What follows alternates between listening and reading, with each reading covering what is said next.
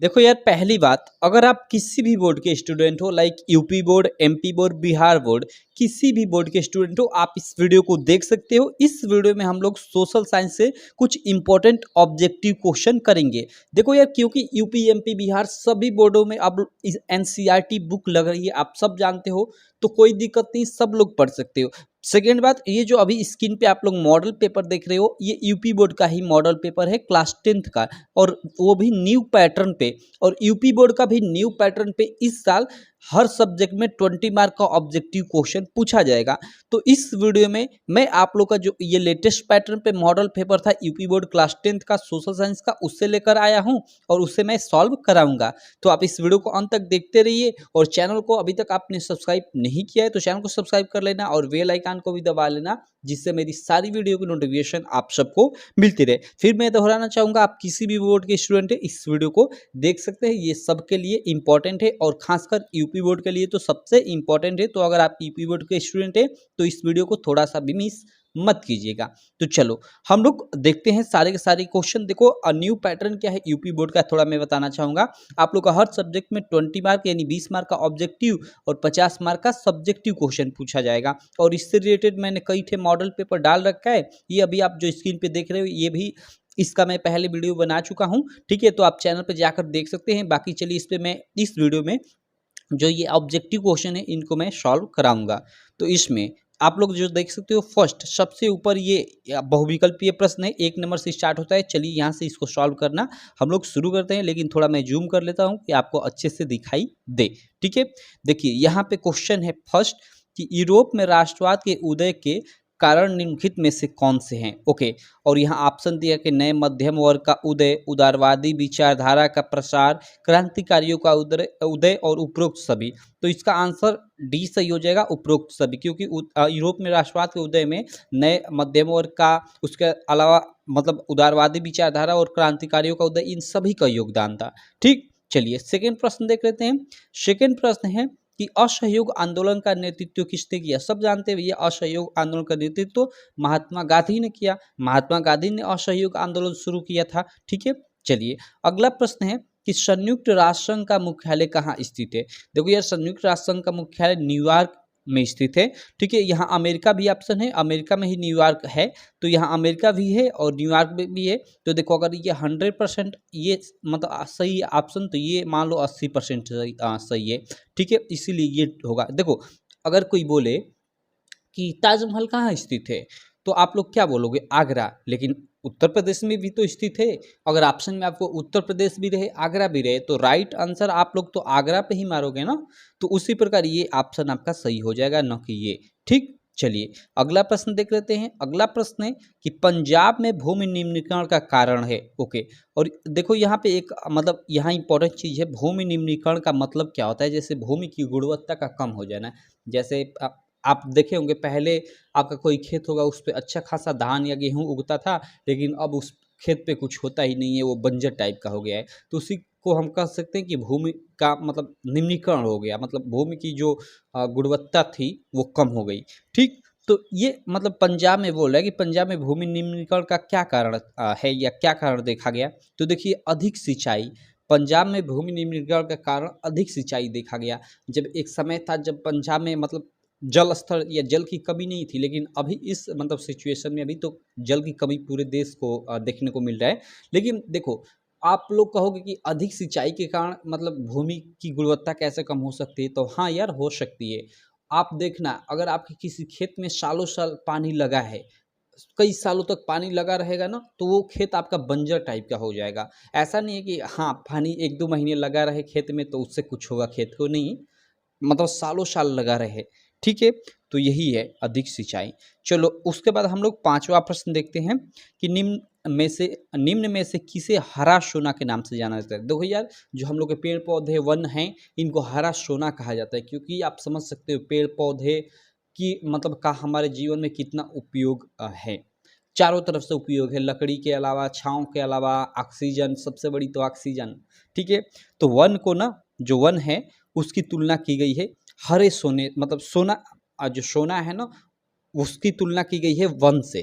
ठीक है, तो हरा सोना किसे कहा जाता है, तो वन संसाधन जो यहाँ पे फर्स्ट ऑप्शन है ये सही हो जाएगा कि वन संसाधन को। ठीक है, अगला 6वां प्रश्न है, आप स्क्रीन पे देख सकते हो, कोलार संबंधित है। देखिए कोलार जो एक खान है वो संबंधित है, तो वो सोने से सीधे सीधे, क्योंकि आप केजीएफ फिल्म में भी देखे होंगे कोल माइन खान।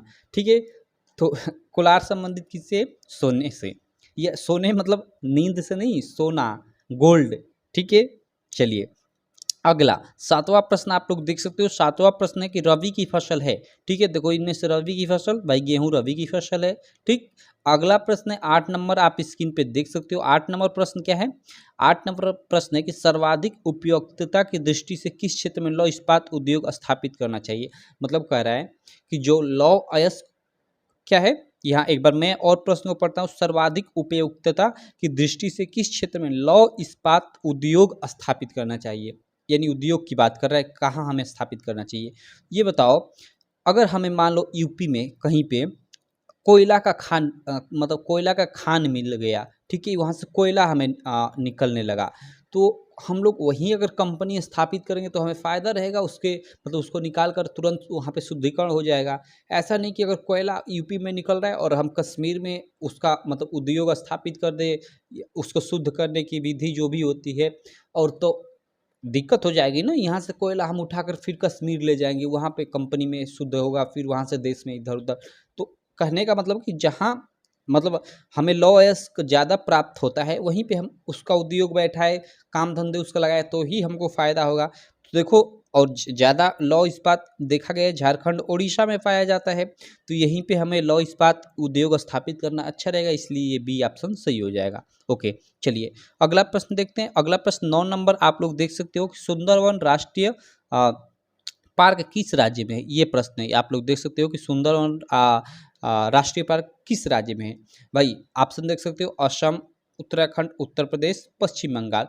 पश्चिम बंगाल राइट ऑप्शन है, जो सुंदरवन राष्ट्रीय पार्क है वो पश्चिम बंगाल में स्थित है। ओके, अगला प्रश्न हम लोग देख सकते हैं स्क्रीन पे 10 नंबर, कि देश की एकता और अखंडता को बनाए रखने के लिए क्या आवश्यक है। ओके, देश की एकता और अखंडता के लिए क्या आवश्यक है? सत्ता की साझेदारी, सत्ता का विभाजन, राजतंत्र, या इनमें से कोई नहीं। तो देखो आप लोग एक ये चैप्टर भी है आप लोग का, फर्स्ट ऑप्शन सही है, सत्ता की साझेदारी। देश की एकता और अखंडता को बनाए रखने के लिए सत्ता की साझेदारी आवश्यक है। सत्ता की साझेदारी से क्या तात्पर्य है? मतलब जो सत्ता का विभाजन है, सभी जाति धर्मों के लोगों में समान मात्रा में हो। ऐसा नहीं कि जो सत्ता पर बैठे लोग हैं किसी एक विशेष जाति के हो या किसी एक विशेष धर्म के ही हो। नहीं, ऐसा नहीं होना चाहिए, फिर इससे मतलब देश सुरक्षित नहीं रहेगा। क्योंकि आप जानते ही हो, अगर एक जाति अथवा एक धर्म के लोग सत्ता पे स्थापित हो जाए तो क्या हो सकता है, इसको बताने की जरूरत नहीं है। ठीक है, चलिए अगला प्रश्न 10 नंबर, कि संघात्मक शासन प्रणाली में अधिकारों का विभाजन होता है। देखो संघात्मक यानी वही संघवाद, एक आप लोग का चैप्टर भी है सोशल साइंस में। ठीक है, सो संघवाद का मतलब यही होता है कि जैसे हम लोग का देश भी जो है ना संघवाद पे ही कार्य करता है। जैसे एक केंद्र सरकार हो और उसके नीचे अंडर राज्य सरकारें काम करें। ठीक है, तो ये संघवाद होता है। तो यहाँ देखिए इसका मतलब जो प्रश्न पूछ रहा है कि संघवाद शासन प्रणाली में अधिकारों का विभाजन होता है, तो केंद्र और राज्य सरकारों में इसका ऑप्शन होगा। तो यहाँ जो फर्स्ट ही ऑप्शन है केंद्र एवं राज्यों के मध्य, यही ऑप्शन सही हो जाएगा। चलो अगला हम लोग प्रश्न देख लेते हैं 12 नंबर, कि भारत में पंचायती राज्य की स्थापना हुई थी। भारत में पंचायती राज्य की स्थापना कब हुई थी? 1992 में। सीधे आप लोग याद रखिएगा 1992 में। ठीक, चलिए अगला प्रश्न देख लेते हैं। अगला प्रश्न है कि जब हम लैंगिक विभाजन की बात करते हैं तो हमारा अभिप्राय होता है। जब हम लैंगिक विभाजन की बात करते हैं तो हमारा किस चीज़ से अभिप्राय होता है?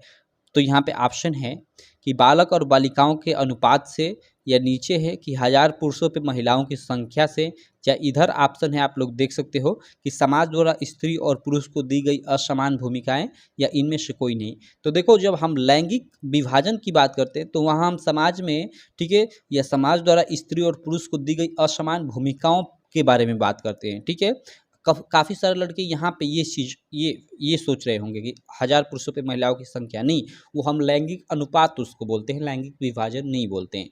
क्लियर है, तो इसका बी ऑप्शन सही है। चलिए अगला हम लोग 14 के बाद 13 नंबर पर 13 नंबर प्रश्न था ना, हाँ, इसके बाद हम लोग 14 नंबर प्रश्न देखते हैं। 13 अप्रैल 1919 किस घटना से संबंधित है? सब लोग जानते हैं यार, अगर नहीं जानते तो आपको बताना चाहूँगा, जलियांवाला बाग हत्याकांड से संबंधित है। 13 अप्रैल 1919, 13 अप्रैल 1919 को पंजाब के अमृतसर में, और स्पेसिफिक एकदम जगह की बात करें तो जलियांवाला बाग एक नामक जगह था, जिसपे एक अंग्रेज अधिकारी जनरल डायर ने गोलियां, एक सभा हो रही थी, मीटिंग हो रही थी भारतीयों की, उस पर गोलियां चलवा दी जिसमें बहुत सारे लोग मर गए। उसी को जलियांवाला बाग हत्याकांड का नाम दिया गया। वो और वह घटना 13 अप्रैल 1919 को हुई थी। तो 13 अप्रैल 1919 किस घटना से संबंधित है? तो जलियांवाला बाग हत्याकांड से। ये 14 नंबर प्रश्न का आंसर है। ओके, 15 नंबर प्रश्न देख लेते हैं। 15 है कि अमेरिका में सामाजिक विभाजन के कारण थे। भाई सीधे श्वेत और अश्वेत, अभी आपको एक साल पहले ये देखने को मिला था। श्वेत अश्वेत मतलब देखो, अमेरिका में मूलतः दो प्रकार के व्यक्ति पाए जाते हैं, ठीक है, एक गोरे एक काले। गोरे मतलब वही श्वेत, और काले मतलब अश्वेत, और उनमें मतलब हमेशा टकराव आपस में रहता है, मतलब झगड़ा टाइप का जो भी हो। उसका कारण उस पर मैं नहीं जाना चाहूँगा। तो वही सामाजिक विभाजन का कारण क्या है वहाँ पे? श्वेत और अश्वेत। जैसे हम लोग के अभी इंडिया में आप लोग देखते हो, अभी जो अभी रिसेंटली चल रहा है ज़्यादा, हिंदू मुस्लिम हिंदू मुस्लिम, ठीक है। तो ये हम लोग के इंडिया में भी बोल सकते हैं कि एक सामाजिक विभाजन का मतलब कारण आगे चलकर बन सकता है, या बना हुआ है अभी भी हिंदू मुस्लिम का मुद्दा, ठीक है। बाकी इस पर मैं ज़्यादा चर्चा नहीं करना चाहूँगा। चलो हम लोग आगे चलते हैं। अगला प्रश्न है 16 नंबर कि चिपको आंदोलन संबंधित है। जो चिपको आंदोलन है वो किस चीज़ से संबंधित है? तो देखो, यह चिपको आंदोलन सीधे मैं बोलूँगा वो वन संरक्षण से संबंधित है। अब आप लोग कहोगे यार ये चिपको आंदोलन समझ नहीं आया कुछ, ये तो हिस्ट्री का पार्ट लग रहा है, लेकिन आप इसको भूगोल में ले जा रहे हो, जियोग्राफी में ले जा रहे हो, कैसे? देखो, एक समय था जब पेड़ बहुत अंधाधुंध उनकी कटाई हो रही थी, ठीक है। तो उस समय कुछ लोग थे जो मतलब पेड़ों को बचाना चाहते थे, तब पेड़ काटने आते थे लोग, तो उन पेड़ों पे मतलब ऐसे धरकर और चिपक जाते थे, मतलब काटने नहीं देते थे। और उस मतलब उन लोगों के खिलाफ एक आंदोलन चलाया गया, जिसको मतलब नाम दिया गया चिपको आंदोलन। तो चिपको आंदोलन किससे संबंधित था? वन संरक्षण से। चलो आगे हम लोग प्रश्न चलते हैं। अगला हम लोग का 17 नंबर प्रश्न है, ठीक है। 17 नंबर आप प्रश्न स्क्रीन पे देख सकते हो। सामान्यतः किसी देश का विकास किस आधार पर निर्धारित किया जा सकता है? और इसमें ऑप्शन है कि प्रति व्यक्ति आय, सही है भाई, प्रति व्यक्ति आय पे। औसत साक्षरता दर मतलब कितना कोई व्यक्ति पढ़ा है, उस पर भी हम निर्धारित कर सकते हैं। उसके अलावा क्या है? लोगों की स्वास्थ्य स्थिति, हम लोगों की स्वास्थ्य स्थिति भी किसी देश की विकास दर को दिखा सकते हैं। क्योंकि आप सोचो, अगर देश की लोगों की हालत ही ठीक नहीं है तो कैसे देश विकास करेगा? तो ये भी, तो इस प्रकार ये डी इसका ऑप्शन सही है कि ये सभी देश का विकास किस आधार पर निर्धारित किया जा सकता है? तो इन सभी आधारों पर निर्धारित किया जा सकता है, ठीक है। उसके बाद चलिए, उसके बाद 18 नंबर पर हम लोग देखते हैं कि चुनौतियों से लोकतांत्रिक व्यवस्था। देखो, चुनौतियों से लोकतांत्रिक व्यवस्था मजबूत होती है। और लोकतांत्रिक व्यवस्था ही नहीं, मतलब अगर आपके भी साथ कोई चुनौती आए, चुनौती करने का मतलब कि फेलियर पासिंग, जैसे आप कोई एग्ज़ाम देते हो उसमें फ़ेल हो जाते हो, तो आप समझते हो कि यार ये मैं फ़ेल हो गया, कुछ नहीं कर सकता। नहीं, उससे आप मजबूत होते हो, पास भी होते हो, अच्छी बात है। तो जो मतलब आपके लाइफ में चुनौती आती है उनको आप पार कर जाते हो, चाहे फेल हो गए उसमें या पास हो गए, वो डिपेंड, अलग उसका मैटर है। लेकिन उससे आपको मजबूती मिलती है, आपको मतलब आगे चलकर एक्सपीरियंस मिलता है। तो वही कह रहा है कि चुनौतियों से लोकतांत्रिक व्यवस्था, तो चुनौतियों से भी लोकतांत्रिक व्यवस्था मजबूत होती है। तो इसका ये आप लोग का डी ऑप्शन सही है। देखिए यहाँ मजबूर लिखा है, आपको शब्द का खेला है सी ऑप्शन में, तो इसको ध्यान से देख मतलब ऐसे प्रश्नों को करना, ठीक है। उसके बाद 19 नंबर प्रश्न है, आप लोग स्क्रीन पे देख सकते हो कि भारतीय आयात में सबसे बड़ा हिस्सा किस वस्तु का है? ओके, देखो, भारतीय आयात मतलब जो हम दूसरे देश से वस्तुएं अपने देश में लाते हैं, ठीक है।